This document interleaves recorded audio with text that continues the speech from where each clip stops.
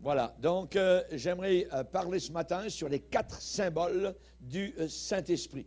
4 symboles du Saint-Esprit. Nous en verrons 2 en la première partie et 2 autres pour la deuxième partie, donc ce soir. Nous lisons dans Ézéchiel, chapitre 37. Ézéchiel, chapitre 37. Un passage familier que nous connaissons, donc, où Dieu transporte par son Saint-Esprit son serviteur Ézéchiel dans une vallée d'ossements, donc, morts. C'est-à-dire, donc, une sorte de cimetière immense, avec des ossements complètement secs, et Dieu va faire un miracle dans cette vallée d'ossements.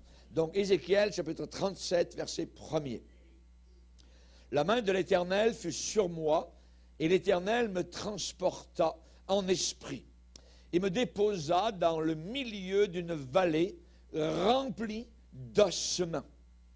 Il me fit passer auprès d'eux, tout autour, et voici, ils étaient fort nombreux à la surface de la vallée, et ils étaient complètement secs. Il me dit, fils de l'homme, ces eaux pourront-ils revivre? Je répondis, Seigneur éternel, tu le sais. Il me dit, prophétise sur ces eaux et dis-leur, ossements desséchés, écoutez la parole de l'Éternel. Ainsi parle le Seigneur l'Éternel à ces eaux, voici je vais faire entrer en vous un esprit, et vous vivrez. Je vous donnerai des nerfs. Je ferai croître sur vous de la chair. Je vous couvrirai de peau. Je mettrai en vous un esprit, et vous vivrez. Et vous saurez que je suis l'Éternel. Je prophétisais selon l'ordre que j'avais reçu. Et comme je prophétisais, j'étais en train donc d'annoncer la parole de Dieu, il y eut un bruit. Et voici, il se fit un mouvement. Et les eaux s'approchèrent les uns des autres. Je regardais, et voici, il leur vint des nerfs. La chair crut, et la peau les couvrit par-dessus, mais il n'y avait point en eux d'esprit. Il me dit, prophétise et parle à l'esprit, au Saint-Esprit. Prophétise, fils de l'homme, annonce ma parole, et dis à l'esprit, ainsi, et dis à l'esprit, ainsi parle le Seigneur l'Éternel. Esprit, viens des 4 vents, souffle sur ces morts et qu'ils revivent. Je prophétisais selon l'ordre qu'il m'avait donné, et l'Esprit entra en eux, et ils reprirent vie, et ils se tinrent sur leurs pieds. C'était une armée nombreuse, très nombreuse. Amen. Père, nous sommes devant toi, et nous reconnaissons, Seigneur Jésus, ton autorité, ta toute-puissance, ton omniscience, ta présence. Nous te demandons, Seigneur, de bénir abondamment cette parole ce matin. Et c'est pour ce jour particulier que tu nous as amenés à entendre cette parole qui régénère, cette parole qui lave, purifie, balaye, péché, poussière, scorie qui brûle devant ta face. Nous demandons, Seigneur, que tu puisses bénir ceux et celles qui entendent ce message aux quatre coins du monde par le biais de la technique. Nous te demandons, Seigneur, que le Saint-Esprit prenne ce message et l'applique comme un cataplasme sur les plaies, que les plaies soient bandées, que les blessures soient guéries, Seigneur, et que l'Esprit vienne et apporte la vie, que la mort soit stoppée, que l'œuvre de Satan soit bloquée littéralement et que les eaux revivent, les eaux complètement secs. Nous demandons cela, Père, parce que tu es un Dieu de miracles et l'homme ne peut faire aucun miracle. Mais toi, Seigneur, tu es le Dieu puissant et nous voulons ce matin entendre non pas la voix d'un homme, mais simplement ta voix, ta parole qui régénère, sauve, bénit, guérit, purifie. Merci, Père, dans le nom puissant de Christ Jésus, notre seul Sauveur sur la planète Terre. Amen. Et tout le peuple dit Amen. Amen. Vous pouvez vous asseoir, frères et sœurs, chers amis. Alléluia. Le Saint-Esprit, l'Esprit de Dieu. L'Esprit de Dieu n'est pas ce que les témoins de Jéhovah disent à son sujet, par exemple.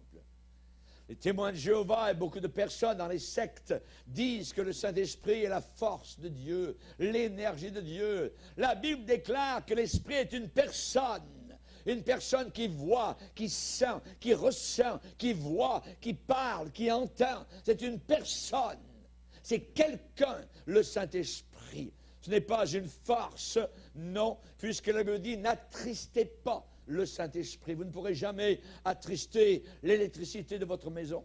Voyez, tout ce qui peut arriver, c'est qu'elle s'arrête, mais c'est tout. Voyez, même vous ne pouvez jamais entendre l'électricité vous parler. Voyez, non, vous ne pourrez jamais attrister l'électricité. C'est une puissance, une énergie merveilleuse. Et la Bible dit que le Saint-Esprit est une personne que l'on peut attrister, une personne qui parle, qui conduit, qui dirige, qui retient, qui empêche. C'est quelqu'un, il est divin, le Saint-Esprit. Et le Saint-Esprit est décrit dans la Bible comme sous différents aspects pour nous faire comprendre. Et vous savez que s'il y a œuvre de Dieu, il y a aussi le singe de Dieu qui essaie d'imiter ce que Dieu fait.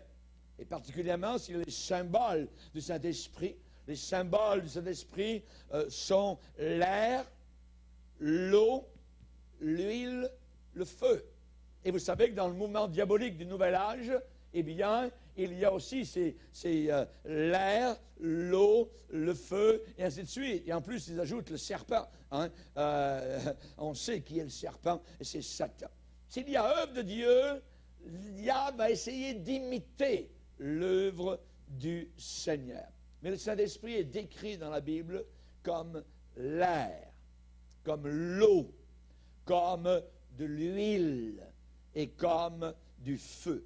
Et chaque symbole décrit un travail, une œuvre particulière, spécifique, donc, que le Saint-Esprit accomplit. Je me rappellerai toujours lorsqu'il y a eu en France une tempête inimaginable de vent, où il y avait des vents de plus de 200 km à l'heure à l'an 2000, et mon père, toute sa vie, avait hérité de différentes terres de ses aïeux, et il les plantait. Donc, comme il était instituteur, généralement dans ses vacances ou les jours qu'il avait de libre, eh bien, il partait et il allait planter des pins, des sapins dans ces terres qu'il avait héritées. Et au travers des années, les petits arbres, eh bien, avaient poussé et étaient devenus des forêts. Et en l'espace de quelques heures, à la fin de sa vie, alors qu'il avait environ plus de 90 ans, eh bien, tous les bois qu'il avait plantés ont été complètement détruits.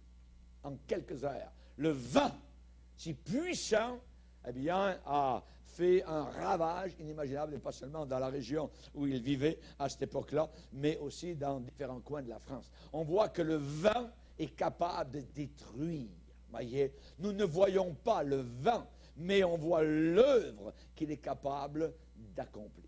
Voyez, allez-vous résister devant des vents de 200, 300 km à l'heure? Voyez, on va être emporté comme feuilles d'automne. Voyez, évidemment, donc on voit que le vent souffle. C'est un des symboles, un des premiers symboles du Saint-Esprit. Vous savez que l'air, le vent, le souffle, voyez, je fais du vent ce matin. Vous voyez, ma feuille est en train de quasiment voler en l'air. Hein?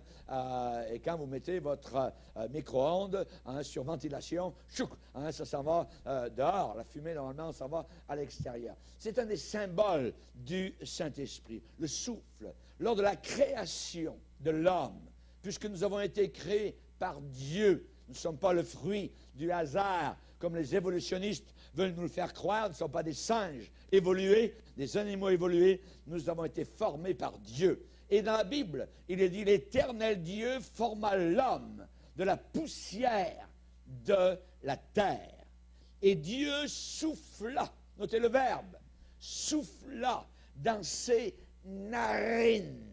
Dans ses narines, un souffle de vie. Et l'homme devint ce qu'il n'était pas. Voyez, il devint un être vivant, une âme vivante. Dieu a soufflé. Voyez, ça passe par le nez, ça passe par les narines, votre souffle. Et le jour où il n'y aura plus de souffle qui passera par là, ça voudra dire que vous serez parti ailleurs. Voyez. Et nous voyons des gens qui sont décédés, eh bien on les entend respirer très fort et chercher leur souffle parce qu'ils sentent qu'ils perdent leur souffle. À la fin, voyez, c'est quasiment des gémissements.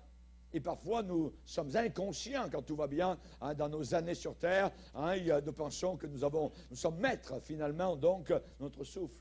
L'homme n'est pas maître de son souffle. C'est Dieu qui a placé en nous, voyez, le souffle de vie, la respiration, le mouvement qui nous fait battre des yeux, qui fait battre notre cœur, qui pousse le sang dans nos veines. C'est Dieu, c'est le souffle de vie. Dieu a placé en nous un souffle de vie. Et je ne peux jamais être une âme vivante sans ce souffle de vie. Sans ce souffle de vie. Si ce souffle de vie n'est pas là, c'est la mort, voyez. Et, je dirais, le Saint-Esprit de Dieu est comparé au vent, au souffle. Et quelqu'un qui n'a pas l'Esprit de Dieu peut avoir, je dirais, la vie, la respiration, voyez, mais il n'a pas la vie de Dieu en lui. Et la Bible déclare qu'il est mort dans ses péchés. Et nous avons des milliers de morts ambulants dans nos rues, dans nos magasins, voyez, sur les routes. Ils ont la respiration que Dieu a bien voulu leur donner, mais ils n'ont pas le Saint-Esprit. Tant que vous n'avez pas le Saint-Esprit de Dieu en vous, vous êtes morts dans vos péchés. Et si vous mourriez à ce moment-là, vous descendriez en enfer. C'est aussi clair que cela dans la parole de Dieu. La Bible dit que la femme qui vit dans les plaisirs de ce monde est morte, quoique vivante. Ça veut dire, quoi qu'elle ait la vie de Dieu, la respiration, elle est morte aux yeux du Seigneur. Et c'est l'Esprit de Dieu qui entre en nous lors de la conversion à Christ, quand nous venons à la croix du Calvaire, et l'Esprit de Dieu entre en nous, et c'est là que nous avons la vie nouvelle. Jésus a parlé à un vieillard appelé Nicodème, il faut que tu naisses une deuxième fois. Si tu ne nais pas deux fois, tu n'entreras pas dans le paradis de Dieu. C'est aussi simple que cela. Et je le crois de tout mon cœur. Ce n'est pas ce que je pense, ce que les autres disent, ce que le philosophe un tel a déclaré, ce que Mohamed a dit ou quoi que ce soit. Voyez, non. Voyez, c'est ce que la Bible déclare. Et je suis absolument dépendant de cette action du Saint-Esprit. Tout ce qui est à part du Saint-Esprit, c'est la mort. C'est la mort. Vous pouvez avoir des lieux religieux, on parle de Dieu, avoir des Bibles, et c'est la mort à l'intérieur. C'est le Saint-Esprit qui fait la différence. Est-ce que le Saint-Esprit agit? Est-ce que le Saint-Esprit est capable de me convaincre de péché, de justice et du jugement qui s'en vient? Si ce n'est pas cela, c'est simplement un lieu religieux où on s'amuse, où on rock, où on danse, hip-hop, tout ce que vous voulez. Hier, nous avons été étonnés de voir ce qui se passe dans certaines églises dans la province de Québec. C'est abominable. Abominable. C'est un lieu de ténèbres, des lieux obscurs, des lieux de démons. Alors, où l'on voit des danses rock, hip-hop, tout ce que vous voulez, les flammes derrière, exactement comme dans le monde, voyez. Mais c'est des lieux où il y a des centaines, parfois des milliers de personnes. Abominable. Si jamais vous êtes dans un lieu comme cela et que vous y allez, sortez de là tout de suite. C'est la mort. C'est la mort, littéralement. Parce que l'Esprit de Dieu ne peut pas approuver des choses semblables.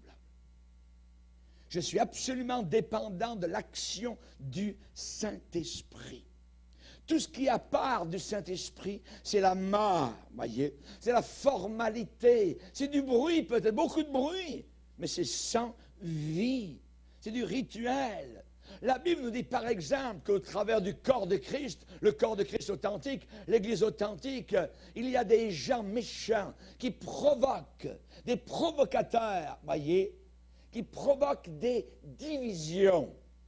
C'est-à-dire que comme ils sont pourris, autour d'eux, ils commencent à pourrir les autres autour. Comme dans un panier de fruits, vous voyez, il y a une seule pomme pourrie. Tout d'un coup, vous arrivez 2 semaines plus tard, tout le panier est pourri. Il y a des gens comme cela dans certaines églises. Ils sont pourris au fond de leur cœur. La lampe commence à travailler jour et nuit, le téléphone, les études, cellulaire.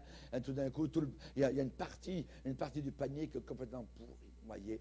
Et ensuite, tout d'un coup, tchouk, tous ces gens-là qui auparavant étaient, suivaient le Seigneur de façon normale, disparaissent. Voyez. La Bible dit que ceux qui provoquent des divisions n'ont pas l'Esprit de Dieu. Écoutez bien, ceux qui provoquent, pas moi qui le dis dans Jude, c'est écrit, ceux qui provoquent des divisions n'ont pas l'Esprit de Dieu. Il est temps de revenir à la parole de Dieu. Hey! C'est la parole de Dieu qui nous jugera. Voyez, et nous avons besoin de nous plier devant cette parole de Dieu. Nous avons certaines églises qui mêlent Dieu avec la minceur des femmes. Dieu est capable de vous rendre mince, mesdames. Voyez, c'est de la séduction, c'est de la convoitise, littéralement, qui est annoncée derrière des pupitres. Les faux prophètes travaillent. Voyez, Jésus a annoncé qu'à la fin des temps, il y aurait des faux prophètes. Pour devenir mince avec l'Esprit de Dieu? Non, non, non. Jamais de la vie. Voyez, jamais de la vie. Nous ne croyons pas des choses semblables. Là où il n'y a pas l'Esprit de Dieu, c'est la mort, la formalité, le rituel, et c'est sans aucune vie. Job, au chapitre 33, a dit, « L'Esprit de Dieu m'a créé, et le souffle du Tout-Puissant m'anime. Le souffle du Tout-Puissant me donne la vie, m'anime, animation. » Alléluia. Partout et chaque fois que la parole de Dieu parle du Saint-Esprit, elle en parle souvent comme un vent générateur qui apporte la vie, qui apporte la consolation. C'est une personne merveilleuse, le Saint-Esprit. Je n'aurais jamais passé avec mon épouse au travers des épreuves que nous avons passées au travers de 40 ans de ministère si le consolateur n'avait pas été là. N'avait pas été là. C'est l'Esprit de Dieu qui nous anime, qui nous garde, qui nous protège, qui nous fait continuer sur le chemin droit qui mène à l'éternité. Alléluia. Connaissez-vous une telle expérience comme cela? Voyez, comme Job qui a dit, l'Esprit de Dieu m'a créé et le souffle de Tout-Puissant m'a donné la vie. Est-ce que vous rencontrez Dieu d'une telle façon, d'une telle manière? À quoi se réduit votre vie chrétienne? C'est quoi votre vie chrétienne? Est-ce que c'est uniquement une poignée de main avec le prédicateur? Est-ce que c'est uniquement un nom enregistré quelque part sur une carte de marbre ou sur un livre ou un questionnaire? Voyez, il y a des gens qui ne sont jamais repentis. Il y a des prédicateurs qui sont en avant, ils prêchent une sorte de mini-message, voyez, et ensuite ils disent, venez donner votre cœur au Seigneur, voyez. Les gens s'avancent, font une petite prière. Jésus, je te reçois dans mon cœur. Vous voyez, à peu près comme on reçoit l'hostie catholique. Vous voyez. Et ensuite, on dit, vous êtes sauvés. Et ils ne sont pas sauvés pour la plupart parce qu'ils ne sont jamais repentis de leurs péchés. Ils ne sont jamais repentis de leurs péchés. Jésus dit, si vous ne vous repentez pas, vous périrez tous également. Également. C'est la repentance qui sera prêchée à la fin des temps. Mais comme on ne veut pas choquer les gens, comme on leur enseigne un évangile psychologique, un évangile d'estime de soi-même, on ne veut pas choquer, hein, et alors on ne prêche plus la repentance. L'évangile choque, l'évangile blesse. L'évangile est quelque chose qui nous touche au profond du cœur. Je dois, moi, me repentir de mes péchés. Je dois fléchir le genou devant la croix et reconnaître que j'ai offensé Dieu. Un autre évangile est prêché, c'est un évangile d'orgueil, l'estime de soi-même, l'évangile de Freud, l'évangile des psychologues de ce monde. Nous n'avons que faire des psychologues. Pourquoi? Parce que le vrai psychologue, c'est le Saint-Esprit. C'est le Saint-Esprit qui connaît nos cœurs et qui vient fouiller dans les soubassements de nos cœurs pour nous dire, tu es un pécheur, tu es un pourri et tu as besoin du sang du calvaire pour te sauver de tes péchés. Amen. Ça, c'est la vérité. Amen. L'Esprit de l'Éternel m'a créé et le souffle de Tout-Puissant m'anime. Jésus a parlé à sa génération et a dit, n'avez-vous pas lu à tel endroit? N'avez-vous pas lu? Il dit, comment ça se fait que David, animé du Saint-Esprit, a dit telle chose? David, animé du Saint-Esprit, a déclaré telle parole. Animé, on parle d'animation, on parle de vie. Amen. Ça bouge là où il y a la vie. Allez voir dans une famille, il y a 4-5 enfants. Vous voyez, ça crie, ça hurle parfois, ça se tire les cheveux, ça monte les escaliers, ça descend. Voyez, il y a de la vie tout le temps, les portes claquent. C'est la vie, vous voyez. C'est la vie. Et c'est la vie normale, évidemment, lorsqu'il doit y avoir une vie dans notre propre cœur par l'Esprit de Dieu. David pouvait dire avec humilité, sans orgueil, l'Esprit de l'Éternel parle par moi. L'Esprit de l'Éternel, certains vont dire, tout un orgueilleux ce David-là. Il dit, l'Esprit de Dieu parle par moi. Non, il le dit avec humilité, voyez. Et je peux dire très souvent que l'Esprit de Dieu aussi parle par ma bouche. Certainement. Pourquoi? Parce que c'est la parole de Dieu. Je prêche la parole du Seigneur. L'Esprit de l'Éternel parle par moi. Il y a beaucoup de gens qui pensent qu'ils sont chrétiens parce qu'ils ont leur nom enregistré quelque part sur un questionnaire ou qu'ils ont écrit quelque part leur nom sur une carte de membre ou parce que leur vie chrétienne, eh bien, c'est simplement des dons d'argent promis et donnés à date ou bien l'assistance à certains séminaires ou à certaines réunions. C'est bien plus que ça, la vie chrétienne. C'est l'Esprit de Dieu qui agit dans notre cœur. On a été convaincus de péché. On a été convaincus de péché. On a pleuré sur nos péchés. On s'est détourné de nos mauvaises voies. On s'est tourné vers le calvaire. On a quitté ce monde. On a dit bye-bye Satan, bye-bye les démons, bye-bye les vieux amis, bye-bye l'alcool, bye-bye la drogue. On n'en veut plus. On n'en veut plus. Voyez, il n'y a aucune vie spirituelle à part du Saint-Esprit. Il n'y a aucune vie spirituelle à part du Saint-Esprit. Voyez, vous relirez Job 33. Le souffle du Tout-Puissant m'a donné la vie. Le souffle du Tout-Puissant m'a donné la vie. Le salut, c'est bien plus que de signer une carte. Le salut, c'est bien plus de se conformer à un modèle, à un exemple, ou c'est bien plus que de s'engager dans des promesses d'argent. Le salut, c'est un miracle de vie divine qui nous est donnée, communiquée, infusée par le Saint-Esprit. Je suis inondé par l'Esprit de Dieu. Ma vie est transformée, ma vie est changée. Je regarde un ancien bonhomme, je ne le reconnais plus. C'est moi, c'est Raymond Bourget, ça, voyez. Mais ce n'est pas moi. J'en veux plus de ce bonhomme-là. Ce n'est plus moi, je suis changé, transformé. Ce n'est plus l'ancien bonhomme, c'est le nouvel homme. Amen. Pourquoi? Parce que l'Esprit de Dieu un jour est venu et nous a convaincus de péché. Auparavant, nous n'étions pas le peuple de Dieu. Mais maintenant, nous sommes le peuple du Seigneur. La Bible dit, vous au contraire, vous êtes maintenant une race.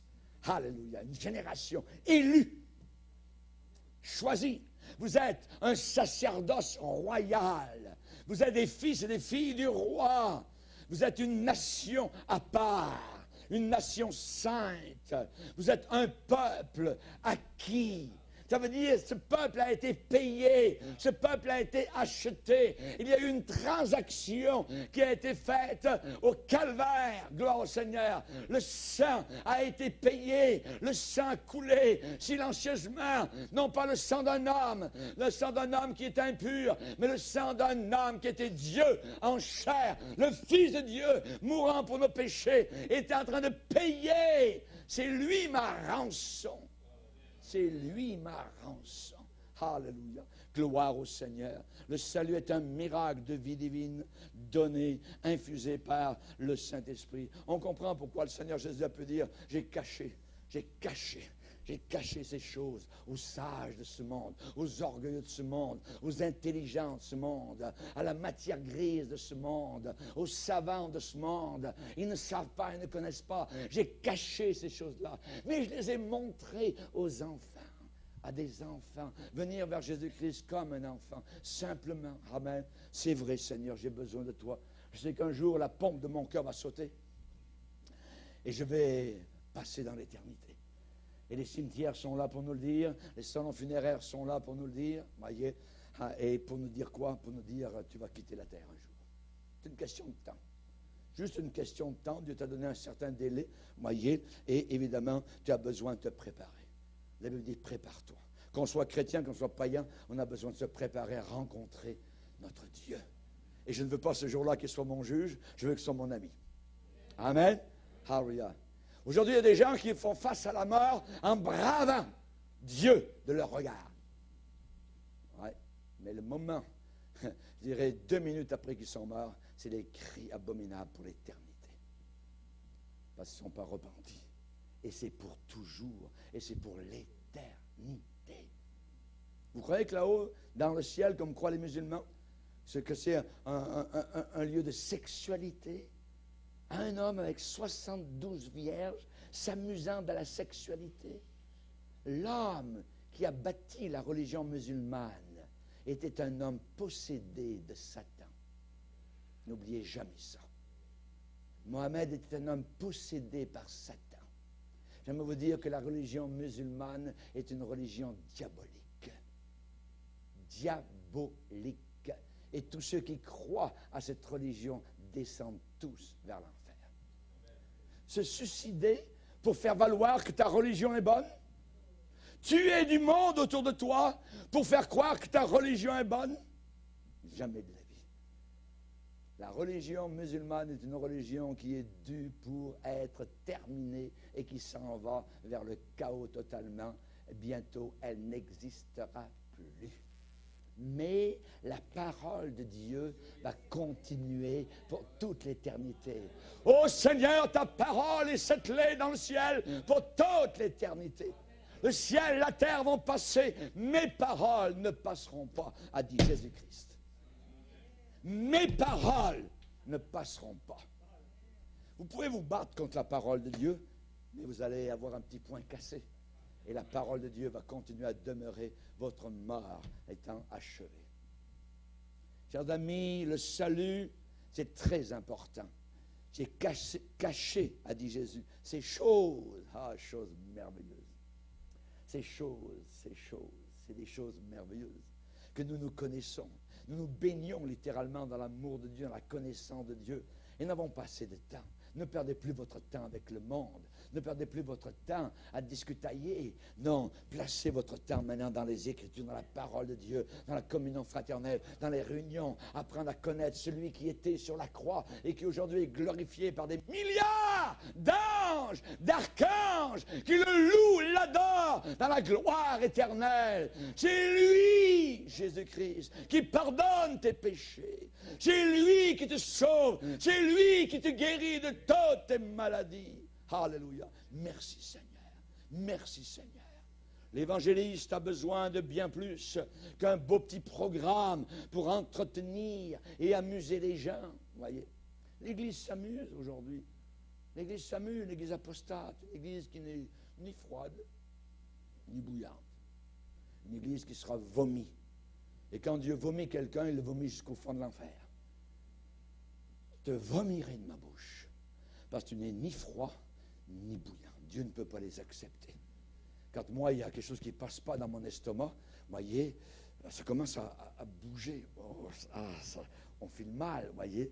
Et puis, on dirait que, à un moment donné, ça remonte par en haut, et vous savez ce qui arrive, voyez, et vous êtes soulagé. Ah, ça va bien.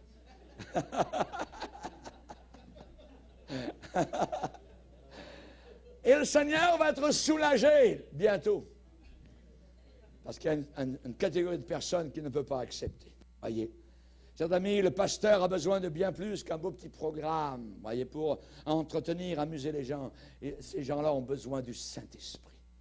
Un besoin d'être rempli du Saint-Esprit. Alléluia. Relisez avec moi dans Éphésiens. Prenez cette merveilleuse épître, l'épître aux Éphésiens. Alléluia. Vous allez voir comment l'apôtre Paul mentionne le Saint-Esprit. Il y a 6 chapitres dans l'Épître aux Éphésiens, et dans chaque chapitre, le Saint-Esprit est mentionné. Dans chaque chapitre. Chapitre 1er, Éphésiens 1er chapitre, verset 13. En Jésus-Christ, vous aussi, après avoir entendu la parole de la vérité, l'évangile de votre salut, en lui, vous avez cru, et vous avez été scellés du Saint-Esprit qui avait été promis. Chapitre 2, verset 18, verset 17-18. Il est venu annoncer la paix à vous qui étiez loin et la paix à ceux qui étaient proches. Car par lui, par Jésus, nous avons les uns et les autres accès auprès du Père dans un même esprit, par le Saint-Esprit. Verset 22. En lui, vous êtes aussi édifiés pour être une habitation de Dieu en esprit. Ça veut dire avec le Saint-Esprit. Chapitre 3, verset 5. Il n'a pas été manifesté au Fils des hommes dans les autres générations, comme il a été révélé maintenant par l'Esprit aux saints apôtres et prophètes de Christ. Par l'Esprit.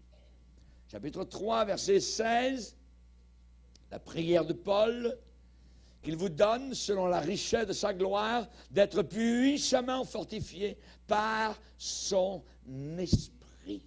Par son Esprit. Chapitre 4, verset 30, n'attristez pas le Saint-Esprit de Dieu par lequel vous avez été scellés pour le jour de la rédemption. Amen. Chapitre 5, verset 18. Verset 18. Ne vous enivrez pas de vin, c'est de la débauche.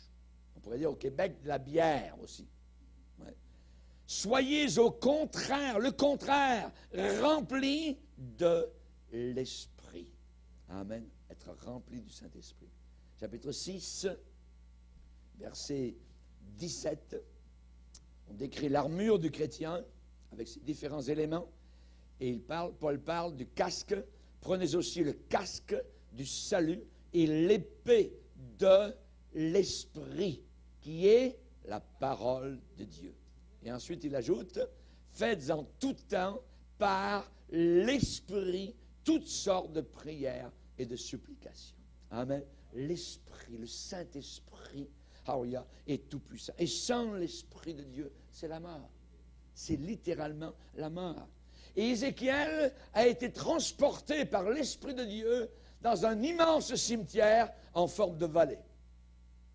Sur la surface de la vallée, il y avait des milliers et des milliers d'os secs. Pas secs, complètement secs. Complètement secs. Voyez? Une vallée remplie d'ossements secs. Et on entend le commandement qui est donné. Ézéchiel parle à l'Esprit, parle au Saint-Esprit et dit, Esprit, Esprit de Dieu, viens des 4 vents souffle sur ces morts. Souffle sur ces morts. Et résultat, qu'ils revivent. Crois-tu, Ézéchiel, que cela est possible? Demande Dieu à Ézéchiel. Ézéchiel n'est pas le gars pour dire ouais, Seigneur, je crois au miracle. Il est honnête, il dit Seigneur, tu le sais. Seigneur, tu le sais. Moi, je ne suis pas certain. Dieu est tout-puissant. Dieu est au-dessus. Il peut arriver dans un cimetière immense, et faire revivre tout ça.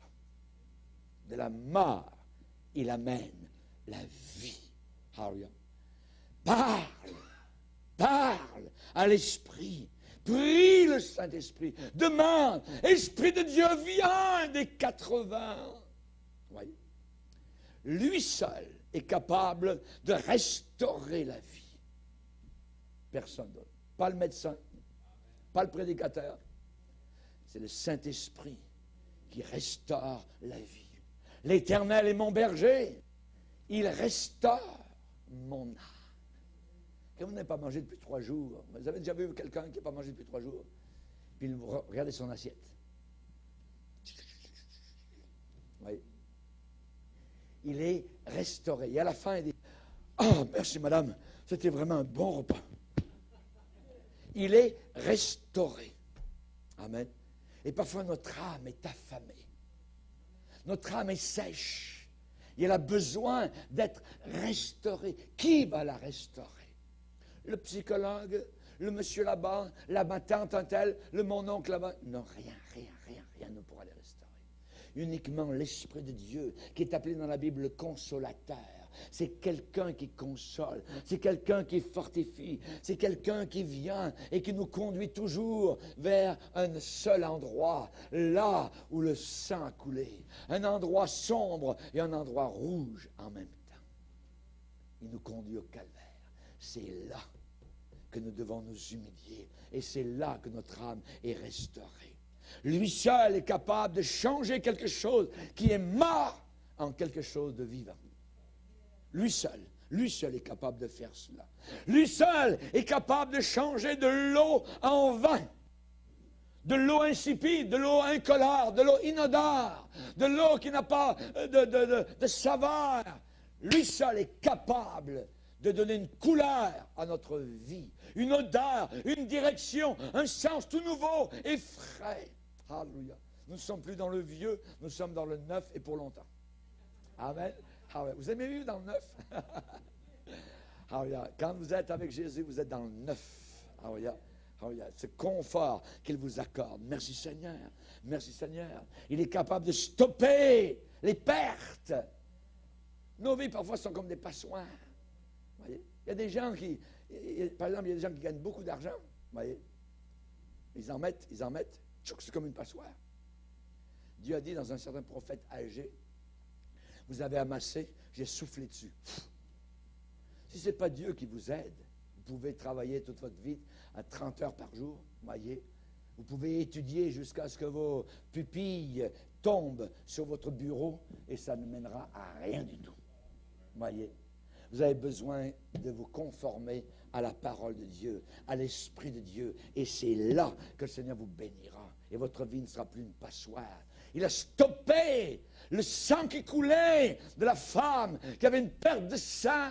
Elle a touché, elle a cru, elle est venue vers la source qui était remplie du Saint-Esprit. Jésus était rempli du Saint-Esprit. C'était un puits de bénédiction ambulant qui était sur la terre. Elle l'a touché en un instant. La perte a été stoppée. Lui seul est capable de faire ça par le Saint-Esprit. Amen. Alléluia. Jésus a parlé un jour à un vieillard qui s'appelait Nicodème, un des meilleurs membres de l'Église d'Israël. Voyez, un des meilleurs membres qui ait jamais vécu. Et il lui a dit, hey, Nicodème, je vais te dire quelque chose. Le vent souffle où il veut. Le vent souffle où il veut. Et tu en entends le bruit. Chut, voyez, dans les feuilles, dans les montagnes, tu entends le bruit du vent. mais tu ne sais pas ni d'où le vent vient, ni où il va. Ainsi en est-il. C'est comme ça avec tout homme qui est né de l'Esprit. Es-tu né de l'Esprit? Si tu ne peux pas dire que tu es né de l'Esprit, alors tu es encore un citoyen de la terre et non pas du ciel. Être né de l'Esprit, c'est par la repentance. Nicodème était un homme religieux, respectable, moral. Ce n'était pas un adultère. Non, il allait à l'église, il priait Dieu, mais il était perdu. Et s'il n'avait pas rencontré Jésus, il serait descendu en enfer. Voyons, pasteur, un homme bon, voyez, mais Dieu va le prendre tout de suite au ciel, va lui ouvrir son cœur. On ne rentre pas au ciel sur la base de notre propre bonté, jamais. Il y a beaucoup de bons hommes qui sont en enfer aujourd'hui, parce qu'ils n'ont pas voulu, ils étaient assez orgueilleux, bons mais orgueilleux, pour ne pas se plier devant la croix du calvaire. Si quelqu'un n'entre pas dans la bergerie par la porte, mais il monte par ailleurs, c'est un voleur et un brigand. Il n'y a aucun voleur ni aucun brigand qui est au ciel. Chers amis, nous avons besoin de réentendre l'Évangile.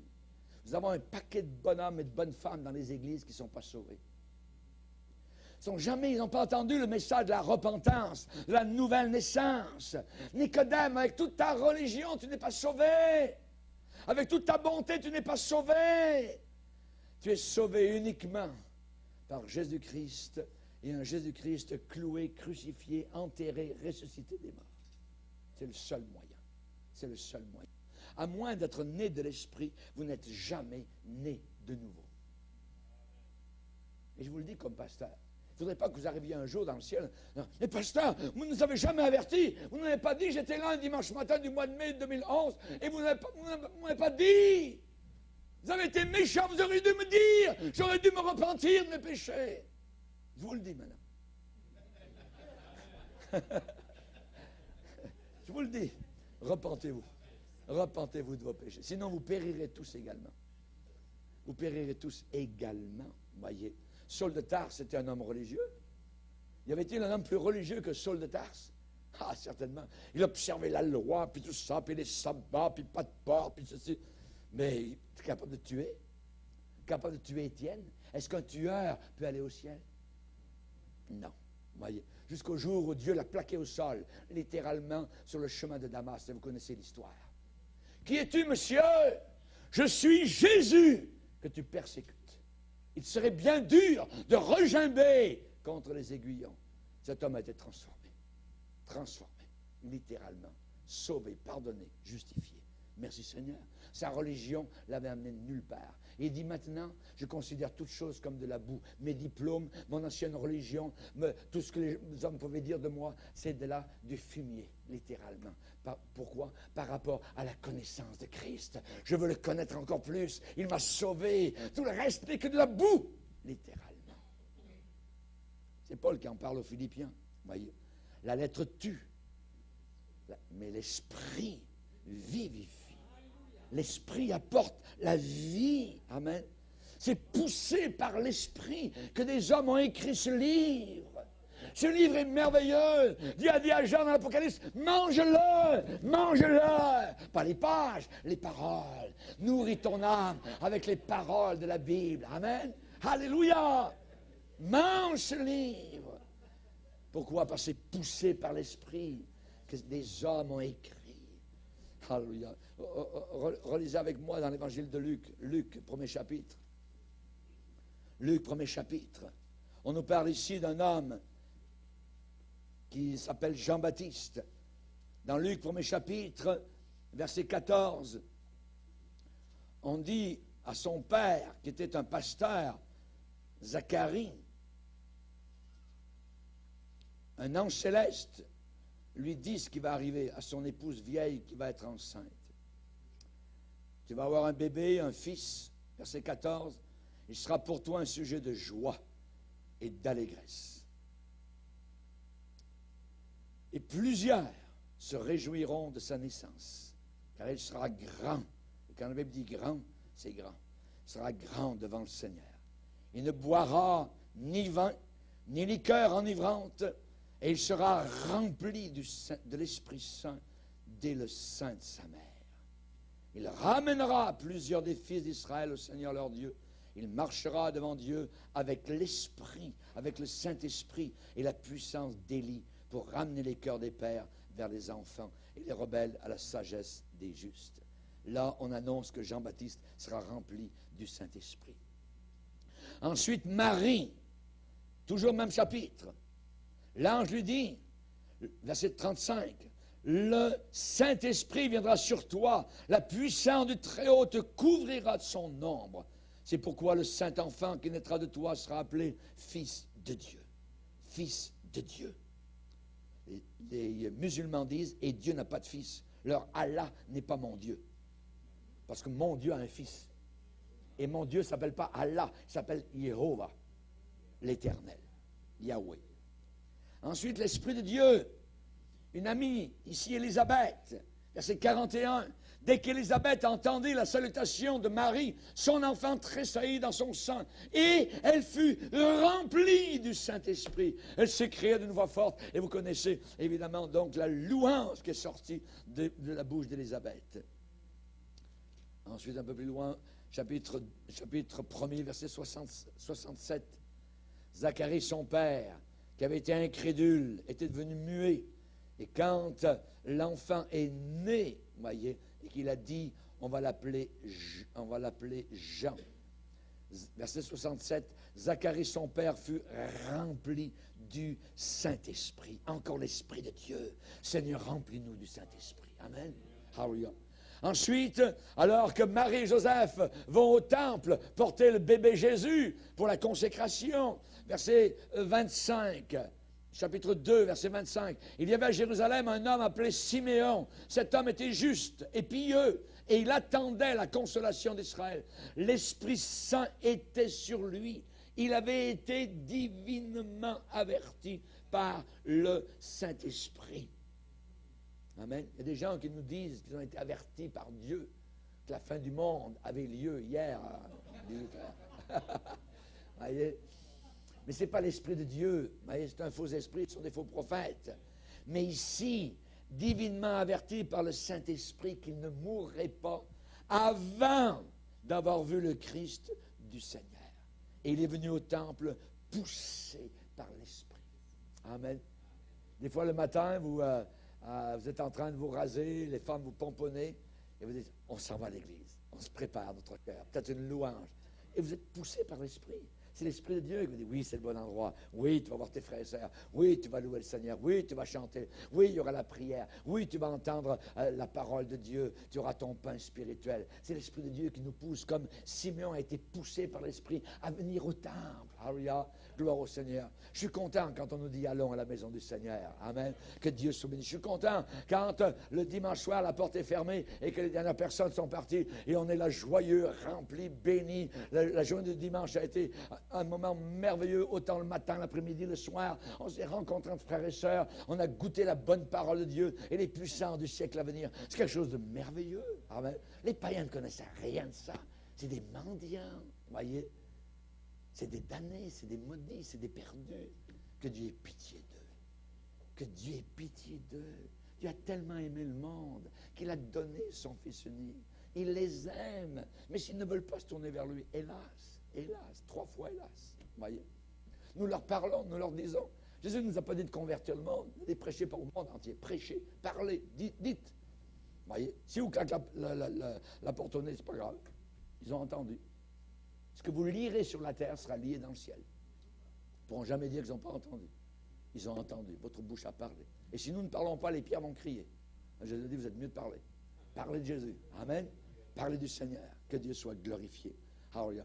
À moins d'être né de l'Esprit, eh bien, les personnes ne sont jamais nées de nouveau et ne sont pas des chrétiens de la Bible. Et nous avons des gens aujourd'hui religieux. Quand nous avons des gens, par exemple, qui viennent dans nos églises et ensuite retournent à l'Église catholique romaine, ils n'ont rien compris. Ils n'ont rien compris. Ils n'ont rien compris. Même notre premier ministre a compris. Un jour, il y a un curé qui a amené il était quelque part à la messe. Des fois, les premiers ministres doivent aller dans différents endroits. Et le curé, donc, donne l'hostie. Et les gens ouvrent la langue, tout ça. Et il est arrivé devant M. Harper. Voyez, l'hostie. M. Harper a pris l'hostie, il l'a mis dans la poche. Pourquoi? Parce que c'est un mensonge. C'est un mensonge, voyez. Et vous avez des chrétiens qui retournent à ces faussetés, à ces mensonges-là. Ils n'ont rien compris. Ils n'ont rien compris. La messe est une abomination.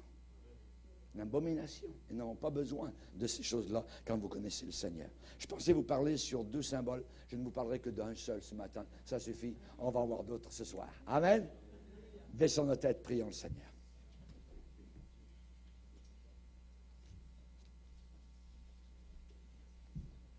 Seigneur, nous voulons te bénir et te glorifier. Comme nos cœurs, Seigneur Jésus, sont baignés, Seigneur, imprégnés, imbibés de ta présence. Nous voulons cette personne merveilleuse qui a créé le monde entier. Le monde entier a été fait par ton Saint-Esprit. L'Esprit de Dieu, lors de la création, se mouvait au-dessus de la surface des eaux. Alléluia. Et nous te bénissons, car un jour, Seigneur, tu t'es mu sur la surface de nos âmes, sur nos vies. Tu nous as bougés, tu nous as mis mal à l'aise, tu nous as convaincus de péché. Et nous te bénissons, car ensuite tu nous as pris par la main et tu nous as amenés vers ce lieu glorieux et hideux en même temps, à la croix de Golgotha.